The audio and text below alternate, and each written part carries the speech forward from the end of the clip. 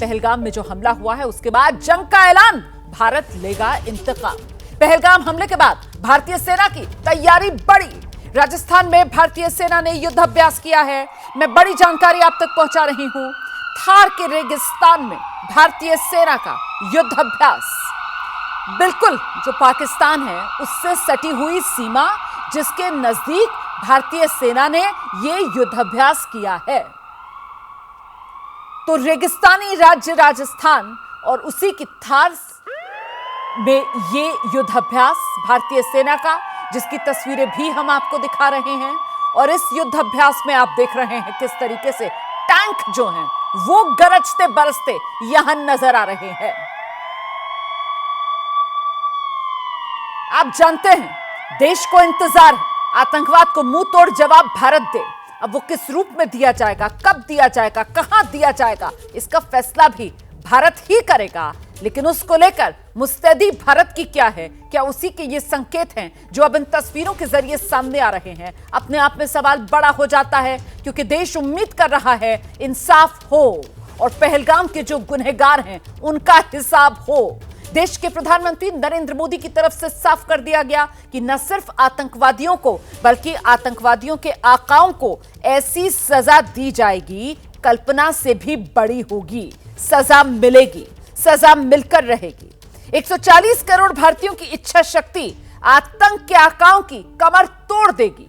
ये वो हुंकार है जो देश के प्रधानमंत्री नरेंद्र मोदी ने कल मंच से भरी थी। और अब आज ये तस्वीरें हैं जो राजस्थान के थार से सामने आई हैं, जहां सेना का ये युद्धाभ्यास। और ये तस्वीरें क्या कह रही हैं जरा समझते हैं। हमारे साथ हमारे सहयोगी नीरज राजपूत स्टूडियो में मौजूद है। नीरज, देखिए रोमाना, ये जो एक्सरसाइज है भारतीय सेना की, जो सप्त शक्ति कमांड है जयपुर में, उसने की है और इसका नाम दिया है उन्होंने वाइपर स्ट्राइक। वाइपर हम लोग जानते हैं कि रेगिस्तान का सबसे खतरनाक स्नेक अगर होता है, जो अपने वार अगर करता है तो कोई बच नहीं पाता है, तो उसका नाम दिया है। और इस बार जो स्ट्राइक होगी, जो ये सर्जिकल स्ट्राइक है, और इस बार सर्जिकल स्ट्राइक वो 2016 वाली नहीं कि पैरा एसएफ कमांडो गए, अपना ऑपरेशन किया, वापस लौट आए। ये टैंक के जरिए सर्जिकल स्ट्राइक होने जा रही है। इस बार अगर दुश्मन के खिलाफ भारतीय सेना कोई अपना बड़ा ऑपरेशन करती है तो उसमें टैंकों का इस्तेमाल किया जाएगा, बीएमपी मशीन यानी कि इन्फेंट्री कॉम्बैट व्हीकल इस्तेमाल किए जाएंगे, और साथ ही जो पैरा एसएफ कमांडो तो होंगे ही जो आसमान से ऊपर से करेंगे। तो उसका ये युद्ध अभ्यास किया गया है कि बिहाइंड द एनिमी लाइंस, यानी कि आपको दुश्मन की सीमा में घुसकर अगर ऑपरेशन करना है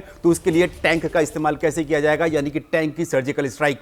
और रोमाना, मैं बता दूं आपको कि टैंक की सर्जिकल स्ट्राइक इसलिए की जाती है ताकि दुश्मन के इलाके में जाकर अगर आपको उसके इलाके पर कब्जा करना होता है, क्योंकि पैरा एसएफ कमांडो ऑपरेशन करके वापस लौट आते हैं, लेकिन टैंक जो होते हैं वो दुश्मन के इलाके में कब्जा करने के लिए जाते हैं और वहीं पर रुक जाते हैं दुश्मन की सीने पर जाकर वार करने के लिए। तो मतलब ये तस्वीरें इस ओर इशारा कर रही हैं कि इस बार जब पाकिस्तान से हिसाब चुकता किया जाएगा तो फिर दुनिया के नक्शे पर पाकिस्तान का नक्शा बदल जाएगा। नीरज, बिल्कुल ठीक है आपने। इस बार पाकिस्तान ने ऐसी हिमाकत की है, उसने भारत में, कश्मीर में उसने हमारे पर्यटकों को, मासूम लोगों को, नागरिकों को मारा है। इसीलिए आप अगर मानेंगे कि अगर इस बार जो पाकिस्तान को सजा मिलेगी, जैसे कि खुद आपने कहा और प्रधानमंत्री नरेंद्र मोदी ने के शब्दों को आपने कहा कि इस बार जो सजा दी जाएगी उन लोगों को जो इन आतंकियों के पीछे से बैठकर साजिश रचते हैं, भारत के खिलाफ, भारत के मासूम लोगों को मारते हैं। कश्मीर में पहलगाम पर अटैक नहीं हुआ, ये भारत की संप्रभुता पर अटैक हुआ है। इसलिए इस बार बदला जो होगा वो बहुत बड़ा होगा, जिसका आप यकीन भी नहीं कर सकते हैं, कल्पना भी नहीं करी होगी दुश्मन ने। मैं लौटूंगी आपके पास नीरज। इसकी चीज तस्वीरें आ रही है, जरा ये तस्वीरें देश को देखनी चाहिए, ये तस्वीरें, क्योंकि आतंकवाद को कैसे मिलेगा मुंहतोड़ जवाब, क्या उसी की बानगी के तौर पर ये तस्वीरें हैं, इसका फैसला तो आने वाला वक्त करेगा। लेकिन इन तस्वीरों को देखकर आप तसल्ली कर सकते हैं कि पाकिस्तान को मुंहतोड़ जवाब देने के लिए सेना तैयार।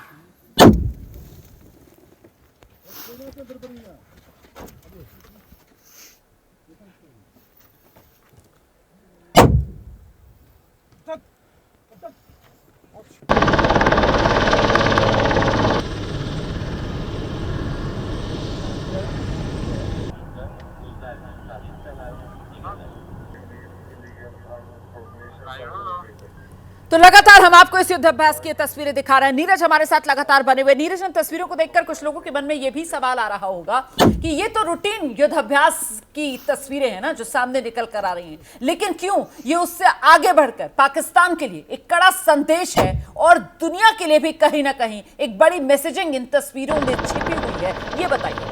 बिल्कुल रुमाना, देखिए अभी तक हम लोग मानते आए थे कि जो भारत का जो विवाद है वो सिर्फ और सिर्फ एलओसी यानी कश्मीर से सटी हुई जो हमारे विवादित लाइन है, नियंत्रण रेखा है, सिर्फ वही है। लेकिन अब जब पाकिस्तान ने खुद कह दिया है कि वो शिमला एग्रीमेंट जो है खत्म करने का विचार कर रहा है, शिमला एग्रीमेंट यानी कि सीज फायर एग्रीमेंट भारत और पाकिस्तान के बीच में अगर वो ही खत्म हो जाएगा तो हमारी जो सीज फायर यानी कि हम जो जवाब देते हैं सीज फायर का यानी कि युद्ध विराम उल्लंघन का, वो खत्म हो जाएगा। ऐसे में जो भारतीय सेना की तैयारी है वो सिर्फ एलओसी कश्मीर जम्मू कश्मीर तक ही सीमित नहीं है, वो यहां पर यानी कि पंजाब, राजस्थान और गुजरात से सटी हुई सीमाएं जो हैं उनके लिए की। और मैं आपको बता दूं रुमाना, जो ये सप्त शक्ति कमांड है भारतीय सेना की जो जयपुर में जिसका हेडक्वार्टर है, दक्षिण पश्चिमी कमान के नाम से जानी जाती है। इसका जो एरिया ऑफ जो इसका ऑपरेशन है यानी कि जो इसका एओआर है, तो वो जो रिस्पॉन्सिबिलिटी जो है इसकी वो पंजाब से लेकर पूरे राजस्थान और गुजरात तक जाती है। इसीलिए ये तैयारी की गई है कि अगर हमें जरूरत पड़ी, अगर सरकार की तरफ से, भारत सरकार की तरफ से अगर गो अहेड मिलता है तो भारतीय सेना की कोई भी, चाहे वो जम्मू कश्मीर में उत्तरी कमान हो, चिनार कोर हो या फिर नीचे की जो जितनी भी कोर और कमांड है, वो सब अपनी तैयारियां पूरी करके रखेंगी। जिसके लिए सजा देनी होगी तो इस बार टैंक से भी सर्जिकल स्ट्राइक के लिए तैयार है भारतीय सेना। बिल्कुल, वैसे तो आपने बता दिया कि ये सप्त शक्ति कमांड जो है किस तरीके से इसका जो पूरा का पूरा एक तरीके से एरिया ऑफ कमांड है वो पंजाब से लेकर गुजरात तक है। पहलगाम हमले को लेकर पाकिस्तान का कबूलनामा आप कह सकते हैं वो सामने आ गया है। पाकिस्तान अपना गुनाह कबूल रहा है। पाकिस्तान के डिप्टी पीएम है इशाक डार, उनका बयान सामने आ गया है। हमला करने वाले स्वतंत्रता सेनानी इशाक डार की तरफ से ये तमगा दिया जा रहा है आतंकवादियों को। हम उनके लिए शुक्रगुजार हैं, ये इशाक डार कह रहे हैं। ये पाकिस्तान के डिप्टी पीएम है इशाक डार कह रहे हैं हमें शुक्रगुजार होना चाहिए कि ये तो फ्रीडम फाइटर्स हो सकते हैं। हालांकि हम नहीं जानते कि ये कौन है। मुझे लगता है कि वो अपनी असफलता को और अपनी घरेलू राजनीति के लिए पाकिस्तान पर इल्जाम लगा रहे हैं, ये कहकर इशाक डार कहीं ना कहीं पल्ला झाड़ने की कोशिश भी कर रहे हैं। मैं शुक्रगुजार होना चाहिए कि ये तो फ्रीडम फाइटर्स भी हो सकते हैं। वी डोंट नो कि कौन है, तो हमने कोई किसी किस्म की बिल्कुल ऑनेस्टी के साथ स्टेटमेंट दी थी, लेकिन मैं समझता हूँ कि उन्होंने अपनी फेलियर को और अपनी सियासत को जो इंटरनल है और अपने ज़ाती अज़ाइम जो उनके अंदरूनी है उसका हवाला करते हुए एक दफ़ा फिर ये जो इनडायरेक्टली पाकिस्तान की तरफ ये मामले को उसकी तरफ इशारा करने की कोशिश की है। इशाक डार का ये बयान वाकई में बेहद शर्मनाक बयान है, बेशर्मी से भरा हुआ ये बयान है और कहीं ना कहीं हिंदुस्तान के जख्मों पर अगर नमक छिड़कने की ये कोशिश पाकिस्तान की तरफ से की जा रही है तो आप यकीन मानिए पाकिस्तान को भारत की तरफ से और बड़ा मुंहतोड़ जवाब मिलेगा, क्योंकि यहां पर अपनी कठपुतलियों को ये जो फ्रीडम फाइटर्स बताने की कोशिश इशाक डार कर रहे हैं, इससे अगर कुछ हो रहा है ना तो सिर्फ और सिर्फ पाकिस्तान ही और बेनकाब हो रहा है। आशीष, हो रहा है और बिल्कुल स्पष्ट तौर पर अब ये दिख रहा है कि किस तरह से टेरर फैक्ट्री को सपोर्ट करते आए हैं। खुद डिप्टी प्राइम मिनिस्टर अगर इस तरह की बात बोल रहे हैं तो ये खुद ही अपनी जबान से जस्टिफाई कर रहे हैं और खुला सपोर्ट दिखा रहे हैं कि किस तरह से पाकिस्तान साल दर साल दशकों से टेररिस्टों को, टेरर ग्रुप्स को, खास करके इंडिया स्पेसिफिक टेरर ग्रुप्स को कैसे थ्राइव करता रहा, टोटली सपोर्ट करता रहा।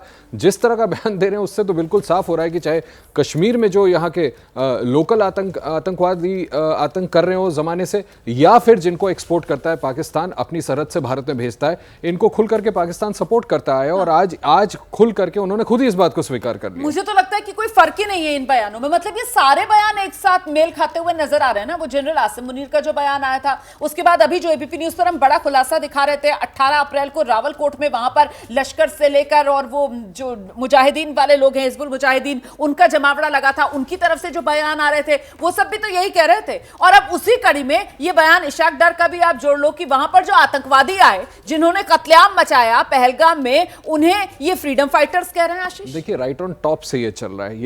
ये वाकई आप बिल्कुल ठीक कह रही हैं कि जब पाकिस्तान आर्मी चीफ कह रहे हैं और वो इंस्टिगेट कर रहे हैं, ज्यादा दिन नहीं बीते हैं ऐसा उस दिन भी भारत सरकार की तरफ से प्रतिक्रिया में आप याद करिए यही कहा गया था कि ये तो लग रहा है कि खुल करके इंडिया स्पेसिफिक टेरर ग्रुप्स को और उकसा रहे हैं कि जाओ और भारत के खिलाफ अटैक्स करो। और आज पाकिस्तान के डिप्टी प्राइम मिनिस्टर ये कहते हैं कि ये फ्रीडम फाइटर्स हैं, हमें उनका शुक्रगुजार होना चाहिए। ये कितना इररिस्पॉन्सिबल स्टेटमेंट है और ये कितना फर्दर पाकिस्तान को अंतर्राष्ट्रीय स्तर पर एक्सपोज करता है। पूरी दुनिया देखेगी कि पाकिस्तान के डिप्टी प्राइम मिनिस्टर आखिर खुल करके कैसे आतंकियों को सपोर्ट करता है। ये तो सीधे सीधे कश्मीर को जलाने के इनके मंसूबे हैं जो सामने निकल कर आ रहे हैं। कश्मीर को किस तरीके से आतंक की भट्टी में झोंका जाए उसी की ओर ये इशारे कर रहे हैं बयान जो पाकिस्तान के ये रहनुमा हैं, ये सरकार में डिप्टी पीएम हैं जिनकी तरफ से ये बयान आया है। इससे पहले वो सेना प्रमुख है पाकिस्तान के जनरल आसिम मुनीर जिनकी तरफ से वो बयान आया। आतंकियों की तो आप बात छोड़ ही दीजिए, लश्कर तैयबा, हिजबुल मुजाहिदीन, वो जो बड़ा खुलासा मैं एबीपी न्यूज पर आपको दिखा रही थी। तो देखिए किसी तरीके का कोई फर्क नहीं है पाकिस्तान में, चाहे सेना हो, चाहे सरकार हो, चाहे आतंकवादी हो। पहलगाम आतंकी हमले के बाद भारत की तरफ से जवाबी कार्रवाई शुरू हुई है। पाकिस्तान में आप जानते हैं खौफ है क्योंकि भारत ने अब उन आतंकवादियों पर एक्शन शुरू कर दिया है। बिजबेहरा में आतंकी आदिल गुरी का घर धमाके से उड़ा, दिखाते हैं आपको मौके से रिपोर्ट।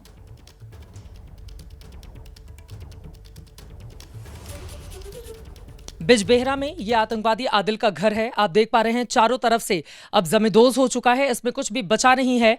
और यकीनन जिस तरह की परिस्थिति हिंदुस्तान के भीतर कश्मीर की जमीन पर पैदा हुई उसके बाद चारों तरफ यही सवाल खड़े हो रहे हैं कि हिंदुओं को चुन चुनकर क्यों मारा गया।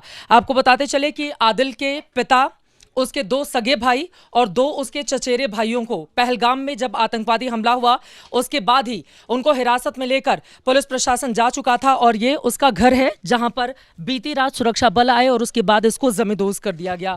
आस पड़ोस के जो घर हैं उनको भी नुकसान यहां पर पहुंचा हुआ है, आप देख पा रहे हैं। लेकिन दूसरी तरफ की तस्वीरें मनोज आपको दिखाएंगे, इधर आइए। चारों तरफ आप यहाँ पर देखेंगे ये जमींदोज पड़ा हुआ है, बड़ा सा मकान था जिसको तोड़ दिया गया है। और यकीनन ये उस आदिल को सबक सिखाने की एक कोशिश, हालांकि अभी वो पुलिस की गिरफ्त से बाहर है। खबर ये मिली है कि 2018 में वो श्रीनगर परीक्षा देने गया था और उसके बाद फिर वो लौट कर नहीं आया और फिर वो आतंकवादी गतिविधियों में इन्वॉल्व हो गया। लगातार उसकी धरपकड़ की कोशिशें की जा रही हैं। कुछ स्थानीय लोग हैं, उनसे ज़रा हम बातचीत करेंगे। आप बताएंगे क्या हुआ था? आ जाए, इधर आ जाए। जी, मेरा नाम गाजी मंजूर है, मैं एक सोशल वर्कर भी हूँ और इनका पड़ोसी भी हूँ। तो कल रात को सिक्योरिटी फोर्सेस 8 बजे के करीब आए, हमें बोला कि अपने घर को खाली कर दो और इनको भी बोला। उसके बाद रात 12:30 बजे एक ब्लास्ट हो गया था। सुबह जब हमने देखा तो ये पूरा मकान बिखरा पड़ा था। पूरा मकान यहाँ पर बिखरा पड़ा था। थोड़ा इधर आइए, पीछे की तस्वीरें हमारे दर्शक देखेंगे। मैं आपसे ये जानना चाहती हूँ आदिल के बारे में। वो 2018 में श्रीनगर एग्जाम देने गया था और उसके बाद वो पाकिस्तान चला गया। जी, घर वालों के मुताबिक वो 2018 में वो ये क्या बोलते एग्ज़ाम देने गया था श्रीनगर। उसके बाद वो वापस नहीं आया। किस चीज़ का एग्जाम देने गया था? वो एमए परीक्षा का था, लेकिन उसका ये भी मालूम नहीं है कि वो जिंदा है कि मुर्दा है। इसका कोई अता पता नहीं है। लेकिन अभी सुरक्षा एजेंसियों की जांच में तो यही निकला है ना कि उसका इन्वॉल्वमेंट था पहलगाम में जो हमला। सुरक्षा एजेंसी के ऊपर हमें भरोसा है। वो जो बात कहते हैं वो सबूत के साथ कहते हैं। ये जो हम इसके साथ साथ और एक बात कहना चाहते हैं, जो पहलगाम में जो इंसिडेंट हुआ, हम उस गांव में बराबर उन पीड़ितों के साथ बराबर के शरीक है। हम मजम्मत करते हैं, निंदा करते हैं उस चीज़ की जो पहलगाम में हुआ है। यहाँ पर आदिल आखिरी वक्त कब आया था अपने घर पे? हाँ, हमने उसको यही देखा था, ये इस घर में पैदा हुआ था। तो बाकी 18 से उसका कोई अता पता नहीं है। अच्छा, और 29 साल उसकी उम्र थी। यहाँ आसपास की तस्वीरें भी दिखाइए। आप लोगों में से कोई बात करेंगे? ये आसपास के लोग हैं जो यहाँ पर रहते हुए हैं, हालांकि इनमें से कोई बात करने को तैयार नहीं है। और आपको बताते चले कि ये जो बाईं तरफ आप घर देख रहे हैं इसमें बहुत सारी महिलाएं बैठी हुई हैं। आदिल की माँ भी यहीं पर हैं। और जिस समय पहलगाम में हमला हुआ था उसके बाद परिवार के सभी सदस्यों को लेकर जाया गया था, हालांकि बाद में उनकी माँ को 1 घंटे के बाद वापस कर दिया गया। ये उनका घर था जिसको चारों तरफ से जमींदोज कर दिया गया है। और आपको बताते चले कि जिस तरह से आपको याद होगा, एलजी मनोज सिन्हा का भी बयान एक वायरल हुआ था पहलगाम हमले के बाद, या फिर सुरक्षा एजेंसियों की ओर से या फिर सरकार की ओर से भी कहा जा रहा था कि अगर कोई भी आतंकवादी गतिविधि में इन्वॉल्व पाया जाएगा, उसके खिलाफ सबूत होंगे, तो फिर उसके घर को इसी तरह से जमींदोज किया जाएगा। और ये यहाँ पर मौजूद उन तमाम लोगों को भी एक कड़ा और बड़ा संदेश देने की कोशिश है, क्योंकि इन्वॉल्वमेंट की बात सामने आई है। 125 से ज्यादा आतंकवादी सक्रिय हैं, ज्यादातर उसमें से पाकिस्तानी बताए जा रहे हैं। यहाँ के युवाओं को बरगलाकर उन लोगों की ओर से इन्वॉल्व कराया गया है। और हमने आपको यह भी दिखाया कि किस तरह से आतंकवाद को लगातार बढ़ावा देने की कोशिश में पाकिस्तान के सेना प्रमुख और वहां के तमाम आतंकवादी लगे हुए हैं, जिनका बयान एबीपी न्यूज पर आज सुबह से ही आप देख रहे हैं। अगर कोई भी आतंकवादी है, उसको उसके किए की सजा जरूर मिलेगी। सजा इसी रूप में होगी। पहले से सरकार की ओर से इंडिकेशन दिए जा चुके थे। और यहां पर आप देख पा रहे हैं कि ये बड़ा सा मकान था, चारों तरफ अब सिर्फ यहां पर मलबा ही बचा हुआ है, और जो हिस्सा यहां पर बाकी पीछे की तरफ रह गया है वो भी अब बनवाने के बाद बनेगा नहीं। महिलाएं यहां पर हैं, लेकिन वो बोलने को तैयार नहीं है। अंदर कई महिलाएं बैठी हुई हैं। आदिल की मां भी हैं, यकीनन चूंकि उनके बेटे का सीधे इन्वॉल्वमेंट सामने आया है। और इस बीच में आपको बड़ी खबर बता दूं, श्रीनगर पहुंच चुके हैं सेना प्रमुख general Upendra Dwivedi.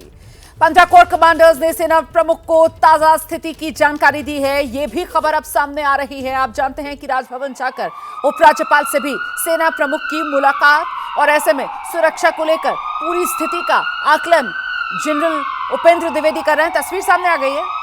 15 core commander ने सेना प्रमुख को ताजा स्थिति की जानकारी दी है।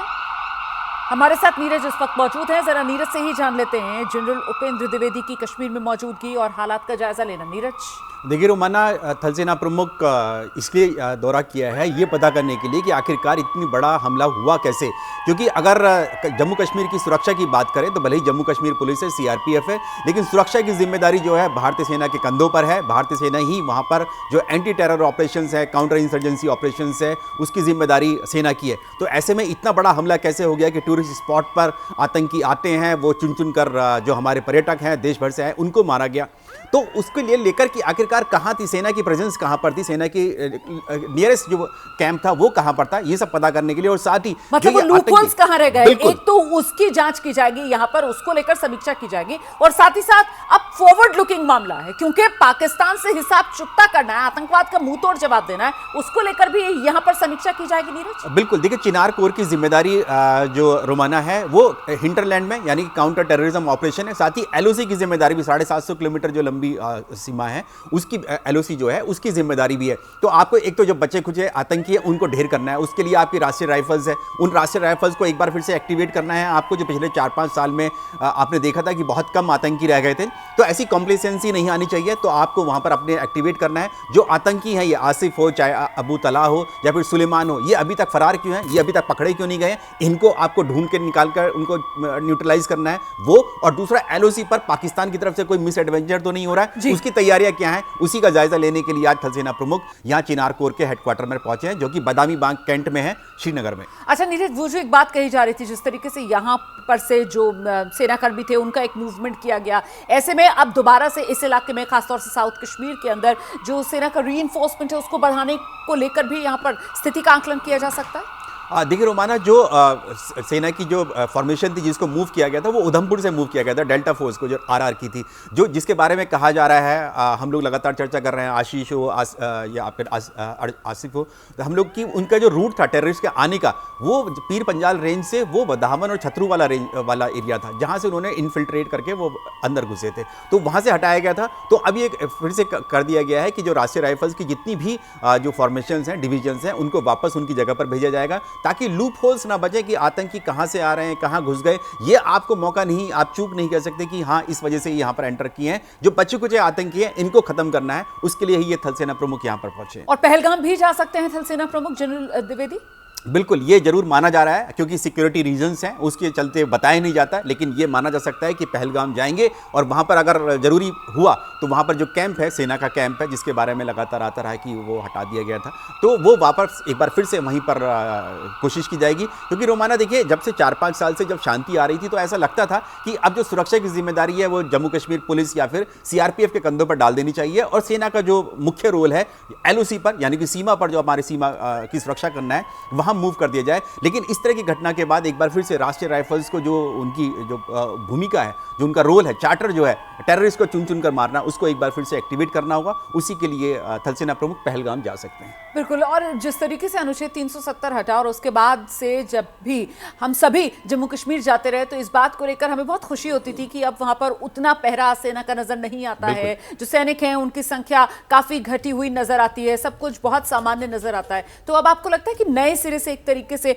वो खासतौर से जो इस हमले के बाद जो टूरिस्ट स्पॉट्स हैं जहां पर सेना का उस रूप में प्रेजेंस नहीं था, उनको चिन्हित किया जाएगा और वहां पर एक बार फिर एहतियात के तौर पर सैन्य कर्मियों की तैनाती की जा सकती है? बिल्कुल रोमाना, ये एक बहुत बड़ा लूप होल था कि इतना बड़ा मीडोज जो है ये बैसरन घाटी का, यहाँ पर कोई सुरक्षा कर्मी क्यों नहीं था यहाँ पर और कितनी देर में वहाँ पर पहुंचे थे, ये जरूर होगा। और कोशिश यही की जाए कि जहाँ जहाँ पर भी पर्यटक आते हैं, घूमने के लिए आते हैं लाखों की तादाद में, चाहे फिर वो गुलमर्ग हो, सोनमर्ग हो या पहलगाम हो, डल लेक हो, डल लेक पे तो वैसे ही बहुत सुरक्षा रहती है, तो इन सब जगहों पर भी सिक्योर करना चाहिए। हमें कहीं से भी कोई कॉम्प्लेसेंसी नहीं होनी चाहिए, कहीं पर भी कोई लूप होल नहीं छोड़ना चाहिए, चाहे वो छतरू से हो, बदावन से हो, डोडा हो, किश्तवाड़ हो, कहीं से भी आप एंटर कर रहे हैं, आपकी जिम्मेदारी है, सेना की जिम्मेदारी है जम्मू कश्मीर की पूरी। इस वक्त चाहे आप कह नहीं सकते कि आप जम्मू कश्मीर पुलिस की कर रही थी कोऑर्डिनेशन या सीआरपीएफ कर रही थी, सेना को ही आगे बढ़कर जो है सुरक्षा करनी होगी। श्रीनगर पहुंच गए हैं राहुल गांधी। इस वक्त की बड़ी खबर मैं आपको बता दूं, कांग्रेस सांसद राहुल गांधी श्रीनगर पहुंच गए हैं। नेता विपक्ष राहुल गांधी श्रीनगर पहुंचे हैं। सीएम उमर अब्दुल्ला से राहुल गांधी की मुलाकात होगी। आर्मी अस्पताल जा रहे हैं राहुल गांधी, ये खबर सामने आ रही है। और शाम 4 बजे एलजी मनोज सिन्हा के साथ भी राहुल गांधी बैठक करेंगे। सीधे आपको लेकर चलेंगे, हमारे साथ हमारे सहयोगी आसिफ कुरैशी इस वक्त मौजूद है। जरा आसिफ से ही जानते हैं। आसिफ, श्रीनगर पहुंचने के बाद राहुल गांधी सबसे पहले सेना के अस्पताल जा रहे हैं घायलों से मुलाकात करने के लिए, अभी का अपडेट क्या है आसिफ?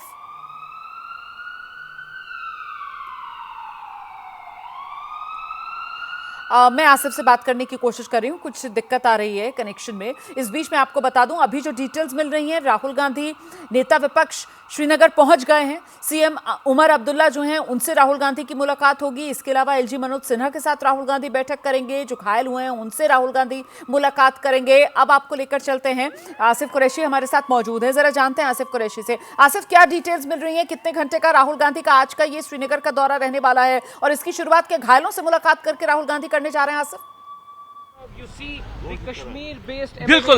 बिल्कुल रोमाना, देखिए हम इस समय सेना के 92 बेस हॉस्पिटल के बाहरी गेट के मौजूद हैं और आपसे थोड़ी देर पहले जो है राहुल गांधी इसी करम सिंह द्वार से अंदर 15th कोर में चले गए हैं, जहां पे वो उन घायलों से मिलेंगे जिनका उपचार यहां पे चल रहा है। राहुल गांधी का पूरा काफिला जो है सेना मुख्यालय के बाहर ही रोक दिया गया है, जबकि राहुल गांधी के साथ जो अन्य जो उनके नेता थे वो भी अंदर गए हैं। और राहुल गांधी के आज का पूरे दिन का दौरा का है उसमें यही मुख्य है कि वो पहले घायलों से मिलेंगे, उन लोगों से मिलेंगे जो इस हमले में जख्मी हो गए थे। उसके बाद यहाँ पे वो विभिन्न नेताओं से मिलेंगे और यहीं से थोड़ी दूर जो हरिनिवास पैलेस है वहां पे जाकर जो रिप्रेजेंटेटिव मिले आएंगे, जो डेलीगेशंस आएंगे, उनसे भी मुलाकात करेंगे और बाद में मुख्यमंत्री एलजी मनोज सिन्हा और अन्य अधिकारियों से भी बैठक करेंगे। प्रेस वार्ता का भी हमें बोला गया था कि तकरीबन 12:30 बजे वो पहले प्रेस से बात करेंगे, तो अपनी बात रखेंगे, लेकिन उस बाबत ज्यादा जानकारी स्पष्टता से नहीं बताई जा रही है। लेकिन बात इस समय की खबर बड़ी यही है कि राहुल गांधी श्रीनगर पहुंचकर इस समय 92 बेस हॉस्पिटल के अंदर गए हैं, जहां वो उन घायलों से मिलेंगे जिनका उपचार यहां पे चल रहा है। पहले कार्यक्रम ये था कि राहुल गांधी अनंतनाग के गवर्नमेंट मेडिकल कॉलेज हॉस्पिटल जाकर वहां पे घायलों से मिलते, लेकिन उन सभी घायलों को वहां से शिफ्ट किया गया था 92 बेस हॉस्पिटल और एक घायल को सिक्किम्स हॉस्पिटल में ले जाया गया। तो इसीलिए कार्यक्रम में थोड़ा बदलाव करके राहुल गांधी को यहां लाया गया। यहां पे जो उनके काफिले के साथ जो कांग्रेस के नेता है या फिर जो बाकी नेता है, ये बाहर ही हैं, ये कांग्रेस के स्थानीय नेता हैं जो यहाँ पे हमें दिख रहे हैं।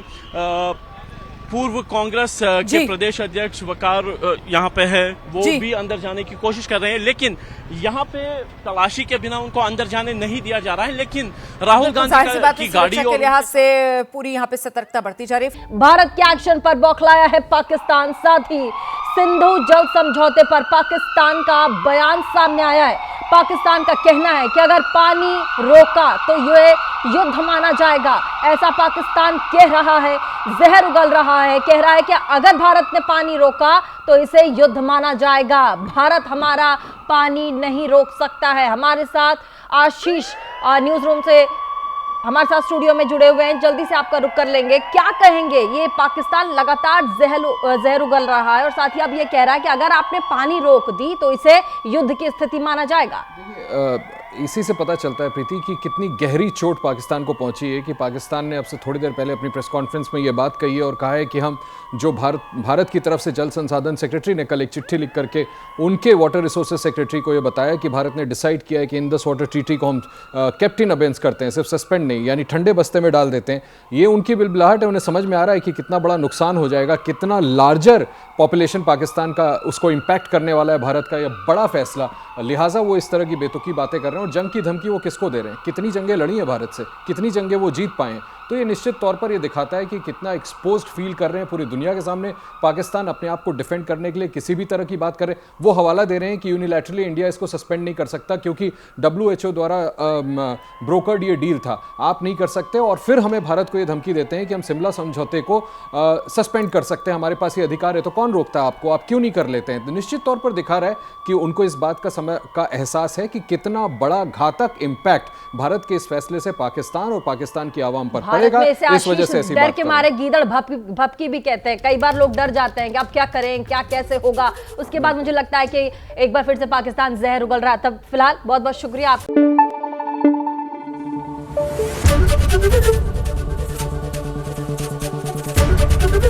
ABP न्यूज आपको रखे आगे।